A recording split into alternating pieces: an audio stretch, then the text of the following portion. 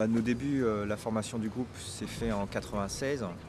Déjà, ça fait très très longtemps, là. C'est quand même un bail. On a vieilli, hein, quand même. Et c'est un groupe d'amis qui se sont réunis et qui a fait le groupe Yamakasi. Yamakasi en zaïrois, ça veut dire l'Esprit Saint.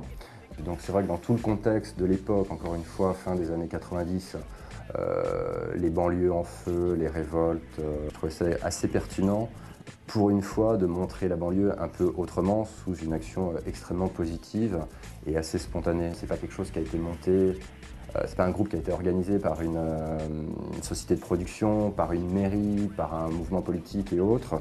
C'est vraiment 6 ou 7 copains qui ont développé ce qu'eux appellent l'art du déplacement en milieu urbain. Je pense que la presse nous a aidé à avoir des visages aussi et à avoir une meilleure compréhension. Ça nous a rendu visibles et puis comme ça a été fait avec un bon photographe ce qu'on avait à faire, donc ça a mis en valeur notre travail. Donc c'est un peu une autre vision qui pouvait engendrer de la polémique effectivement parce qu'on les traitait à l'époque de ninjas de banlieue, une sorte de nouvelle race de voleurs. Pour eux c'était plus faire quelque chose de positif. Quand on a commencé à s'entraîner ici,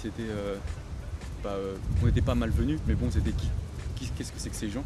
Et que maintenant, ils sont, ça y est, c'est le spectacle. On vient s'entraîner, c'est normal. Les pratiquants qui sont avec nous, les réguliers, le plus petit a commencé à 5 ans et demi et le plus âgé à 55 ans. Quel pouvait être à l'époque leur devenir? C'est quoi le métier d'Yamakasi? Comment on en vit? Alors soit on tombe dans le showbiz, soit on tombe dans le sport extrême, soit ce sont des cascadeurs. Finalement, je serais tenté de dire que c'est un peu tout ça à la fois. On a monté une société qui s'appelle Majestic Force, qui travaille sur la production, l'événementiel, on chorégraphie, on met en scène, on produit nos propres. Comme là, l'année prochaine, le 15 mai 2008, il y aura notre propre documentaire qui va sortir en DVD. C'est quand même fort de se dire que quand même, après tout ce temps, Yann, Cho, William, moi, on est encore soudés.